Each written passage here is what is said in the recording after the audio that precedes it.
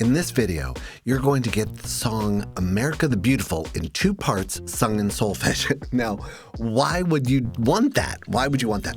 Well, first of all, practicing singing anything in 2 parts. Now, you can't do it by yourself, but what you can do is you can learn one part and then learn the other part, and then you can practice imagining them. So it's great to practice your audiation skills, to hear one thing and do another, and even just to audiate both of them. It really helps to develop that sort of magical composer skill where you can hear a bunch of things. So thinking in 2 parts is like it's a super skill, and it's a foundation skill as well. I will say that I'm dropping this video on July 4th, 2025, and I want to just acknowledge that this is a fraught time in America. Our system of checks and balances is straining, and I want to be careful about flag waving. Now, having said that, I do believe that America the Beautiful is a much better anthem than the Star-Spangled Banner when it comes to singing as a community. Its range is smaller, its melodic shapes are more concise. So that all aside, why would you want to sing a national song in 2 parts? Well, first of all, it's a song that millions and millions of people know. So the likelihood of your knowing this already are very good. Now, we are going to use the Ray Charles gospel-style arrangement of this, the reharmonization that he did. It's brilliant, and you get, by learning this and internalizing the bass line, along with the melody, you're going to get a whole bunch of melodic and harmonic patterns that are really going to help. So without further ado, I'm Hans at tuneindigo.com. Let's begin. Here are the melodic patterns that this song reveals that we're going to talk about. You're going to get 2 descending minor thirds, 2 descending perfect fourths, which can be kind of difficult to hear. You're going to get an ascending major 6th, and a melodic pattern that outlines the 5 chord with one little passing tone. And it's a very common pattern, worth internalizing. And you get some extra little flavors. There's a raised tonic note, so the half step between do and re. It's an important part of the harmonization, and it even appears in the melody.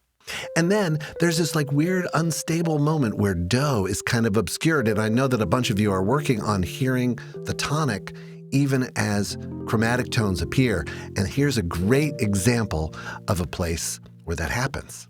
The harmonies are very rich, and you're going to get the 5/7 chord in second inversion. We'll talk about that. You're going to get a whole bunch of secondary diminished 7th chords, which we in the jazz pop world we call diminished approaches. And you're going to get chromatic planing, where a triad just moves down and back by half step. Finally, you're going to get one instance of an augmented triad. All right, now I'm going to sing the soprano voice in solfège. So, so, mi, mi, so, so, re, re, mi, fa, sol, la, ti, so, so, so, mi, mi, so, so, re, re, re, di, re, mi, la, re, so, mi, re, do, do, ti, ti, do, re, ti, la, so, do, do, do, la, la, do, do, so, so, so, la, do, so, re, do. Now I'm going to sing the bass part all by itself. Do, di, re, so, di, re, so, do, di, re, so, do, di, re, so, fi, so,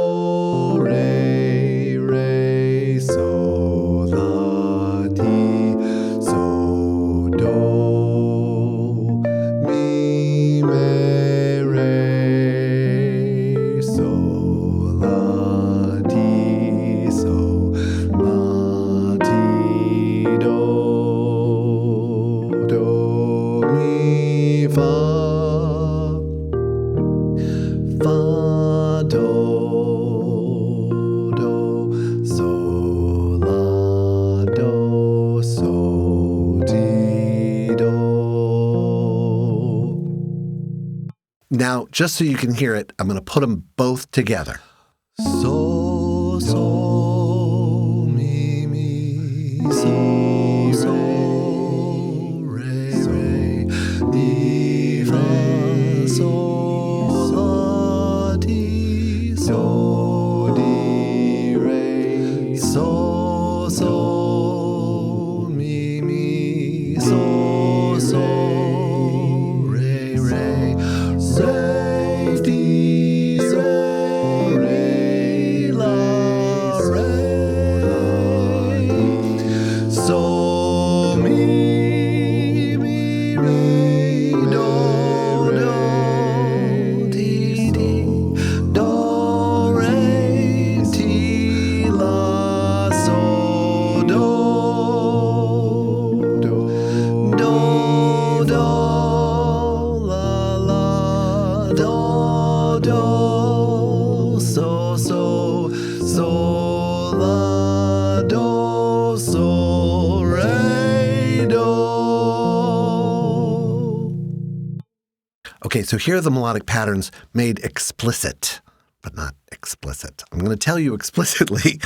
I'm going to walk through these things. Okay, so we start with so, so, mi, mi, and then we go straight to so, so, re, re. Now, so, mi, so, re. If you take that and isolate it out of the song and just practice so, mi, so, re, you can think the lyrics or you can let them sort of ruminate in there, but you'll always have so, mi, so, re, do. And then in the chorus, we hear do, la, do, so. That's another one. So you could take that and just sing them both themselves. Do, la, do, so, mi, so, re. And you can create your own little pattern, your own little exercise. The more creativity you put into this, the deeper it'll go in your soul. Of course, we've got this great so, mi. That's our major sixth. It's not just any major sixth. It's the tonic major sixth. So, mi. And you can actually probably even hear the do kind of sneaking in. So, mi. We also have outlining the dominant triad, which is the 5 chord, going down from re. Re, ti, with a little passing tone there. La. So, the more you can think, re, ti, so, you'll hear 5 chords popping out at you, played harmonically, but you'll also hear them when you sing them or when you hear them melodically. And that'll make it easier to play on your instrument. Okay, now, the raised tonic is a really cool flavor. Above the fruited plain, right, we've got re, di, re, mi. When we have a chromatic tone, we name it in solfège based on the note in the scale that it's altering. So in this case, it's altering do, so we raise do to make D. Re, di, re, mi. That part of the song is where the sense of do is kind of obscured because we've raised it, and then we've got these planing chords. And planing is where you just take a major chord or a minor chord or even any kind of chord, and you just move it exactly down chromatically. Speaking of the raised one, it is responsible in this little part of the song for destabilizing our sense of tonic, our sense of do. And if we are aware of what's going on and kind of can allow that sense of do to kind of dissolve a little bit, it allows us to hear it come back. The video from last week gets deeper into different strategies you can use to retain the tonic. But in this case, we're going to notice that the tonic gets destabilized. The sense of so turns into kind of like the sense of a temporary do, but then it turns back into so. So I'll play through this, and I will trace along with do, allowing my voice to go up to D, and then back when it feels like it's safe, I guess. So here's do, do, and then we've got do established, and now we've got do, ti, do, re, do, do. That's really hard. Do. Now do feels like fa, and this feels like do, but it's actually so. So now if I do the same thing, but now I'm going to sing so. Now we'll do the same little part there with so, and we'll notice that so starts to sound like do. So,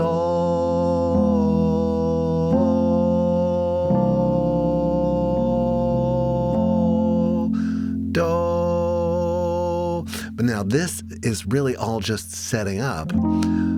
Do is now turning back into so, mi. Now, you can check other tutorials out there about secondary dominants and what they are theory-wise. But right now, we are focusing on hearing do get displaced, so taking up the role of do for like a moment, and then returning to an even more powerful so to bring us to the chorus. Now, this D harmonically, this raised tonic harmonically, is also the underpinning of these diminished seventh chords, which we get. So, so, mi, mi, D is now the root of a diminished seventh chord. And it's a diminished seventh chord that's like a secondary diminished of the two chord. Wow, that's a lot of stuff. So we're going to just think, so, or I'll play I'll sing the bass line.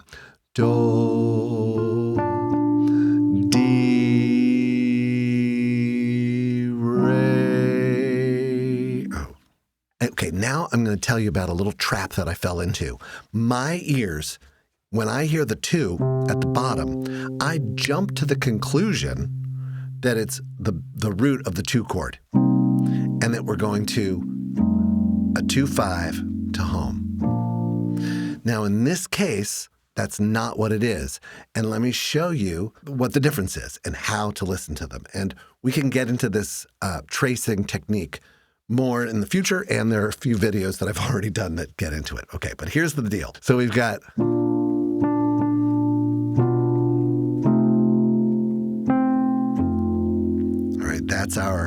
That's our little first phrase.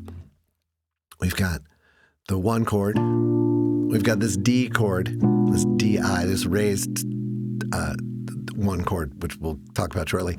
And then we've got this other chord. Now, I hear this as re, which it is, and I jump to the conclusion that it must be a two chord up here, which is wrong. And then we hear that, and we know that it's the 5 chord, or I assume that it's the 5 chord because it's the bass is the root. Now, how can I tell that this is not the 2 chord? It's that. Now, if I go back and forth, I'm revealing it. But in real time, the trick is you don't have time to fiddle around because it's just moving. So what you can do is if you're confused or if you're wondering, we know that the 2 chord contains do and the 5 chord does not. So check this out. So if I'm going to go do, I'm going to drag up to D, do.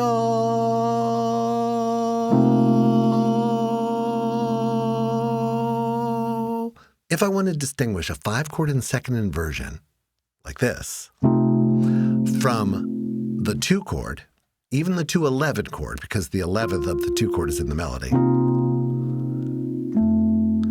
If I want to distinguish that, what I can do is trace along with Do, allowing myself to go up to D, and then return to Do. If I hear Do in that chord with Re in the bass, it's probably the 2 chord, the 2 minor 7 chord.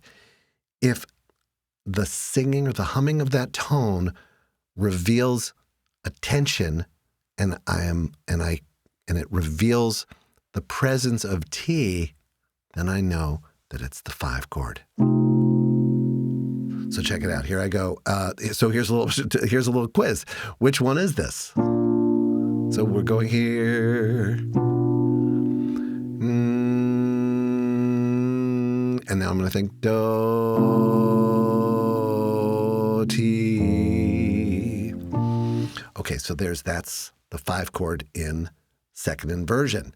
So now we know what to listen for. We can trace along. Next, we have the 7 diminished 7 of 2. What?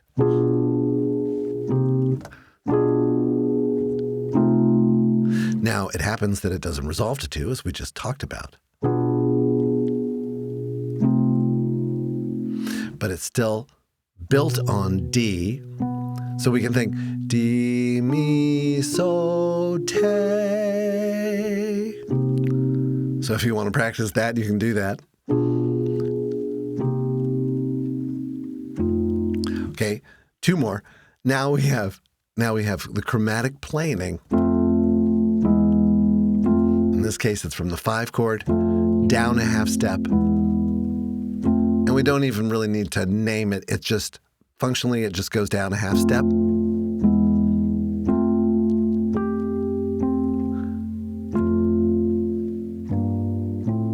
So that's chromatic planing, which is in the song. It's brilliant. And finally, often, when a piece of music wants to go to the 4 chord, it will use the 1 chord as the 4 chord's 5 chord. But the way to listen for it, without even worrying too much about what it is we can hear the 1 chord. Do. We'll hear this happen. Te, which resolves to La, Fa, La, Do. I'll do that one more time. Do, Te, La, Fa, La, Do. You'll often hear that at the end of an A section going into a bridge.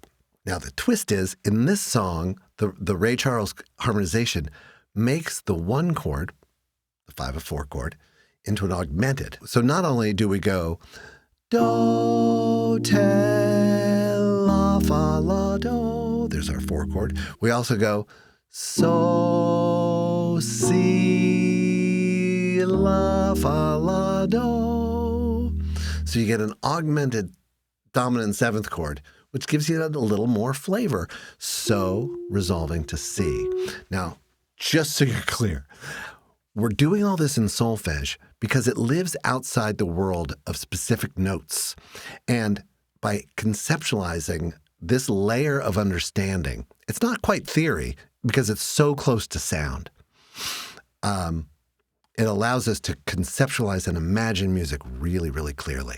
And when we pick up our instrument, having done all this, it makes it infinitely easier to learn, memorize, and perform. I hope you found all this helpful.